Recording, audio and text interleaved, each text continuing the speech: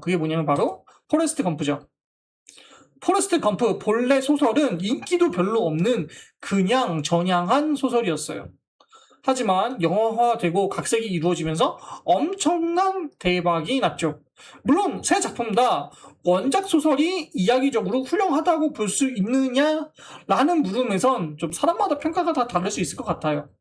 하지만 여러분들이 작가가 되었든 편집자가 되었든 독자가 되었든 간에 뛰어난 이야기를 발굴하고 싶다면 조형 예술적인 측면이 아니라 시간 예술적인 측면에서 작품을 바라볼 줄 알아야 돼요.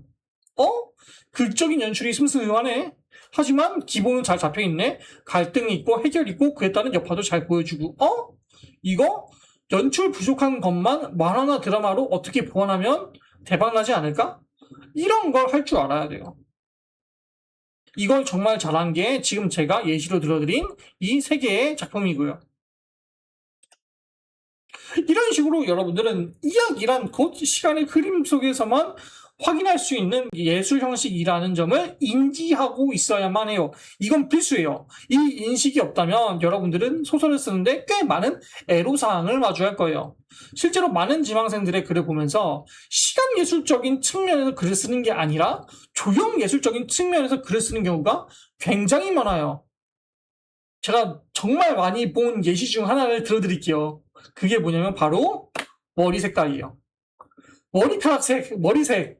이 머리색이라는 것은 지극히 조형예술적인 측면에서의 묘사거든요. 이야기는 인생에 대한 은유죠. 인생이란 시간 속에서 사는 것이잖아요.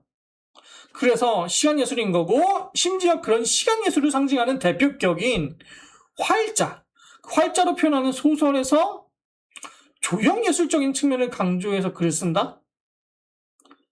이건 절대 좋은 방식이 아니에요. 쉽게 말해서 별로예요. 물론 그런 조형 예술적 측면에서의 묘사를 통해서 독자들의 상상을 자극할 수는 있겠죠. 하지만 이야기에서 파란 머리카락, 초록 머리카락 이런 묘리 묘사가 나오잖아요. 그 몰입도가 확 깨지는 건 사실이에요. 왜냐하면 이건 전혀 사실적이지 않거든요. 독자들은 속고 싶어 해요. 이 이야기가 진짜라고 믿고 싶어 해요. 그래서 우리는 기꺼이 그 사람들을 속여줘야 돼. 근데 진짜 같은 이야기를 써야 하는 와중에서 파란 머리, 초록 머리, 무지개 머리 같은 묘사가 나오면 이제 어떻게 해요? 몰입의 끈이 뚝 끊겨요. 그럼에도 불구하고 굳이 이렇게 쓰시는 분들이 계세요. 가끔 내가 제발 부탁해 이게 쓰지 말라고 얘기하는데도 불구하고 계속 그렇게 쓰시는 분들이 계세요. 그러면 제가 이렇게 이야기하죠. 이런 식으로 묘사하고 표현하고 이야기를 만들 거라면 그냥 웹툰 작가 하라고. 왜냐하면 웹툰은 시간예술과 조형예술 두 가지를 모두 다루는 예술 형식이기 때문에 그래요. 여러분 다시 한번 이야기지만 소설은 시간예술이에요. 이 점을 반드시 인지하고 있었으면 좋겠어요. 이제 이 점을 숙지하고 있으면 여러분들은 모든 시간예술의 첫 번째 계명을 맞이할 준비가 된 거예요. 그게 무엇이냐? 그 계명이 뭐예요? 마지막을 위해 최선의 것을 남겨놓으라는 것이에요. 이 장면에서 실패하면, 왜냐면 마지막 장면이죠. 이 마지막 장면에서 실패하면 이야기 전체가 실패한 거예요. 그러면 어떻게 해야겠어요?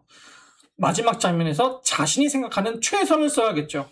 그리고 이 장면을 완성시키기 전까지는 이야기를 썼다고 할 수가 없어요.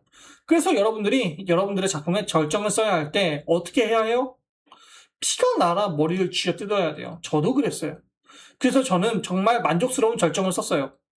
다른 건 마음에 안 드는 부분이 굉장히 많았지만 이 절정만큼은 저는 마음에 들어요. 제 앞선 두 작품 모두.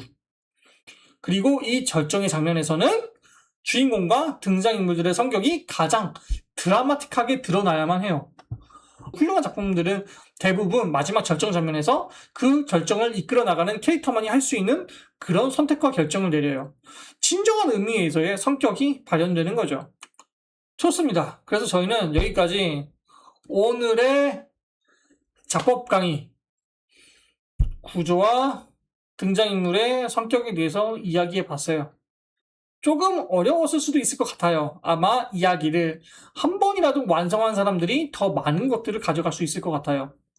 누누이 이야기하지만 제 작품만 들어서는 글적인 성장은 이루어낼 수 없어요. 반드시 글을 써보셔야 해요. 나중에 기본 자법 영상이 끝나면 실전 집필 영상, 그러니까 어떻게 글을 쓰는지에 대해서도 강의 영상을 만들 계획이거든요.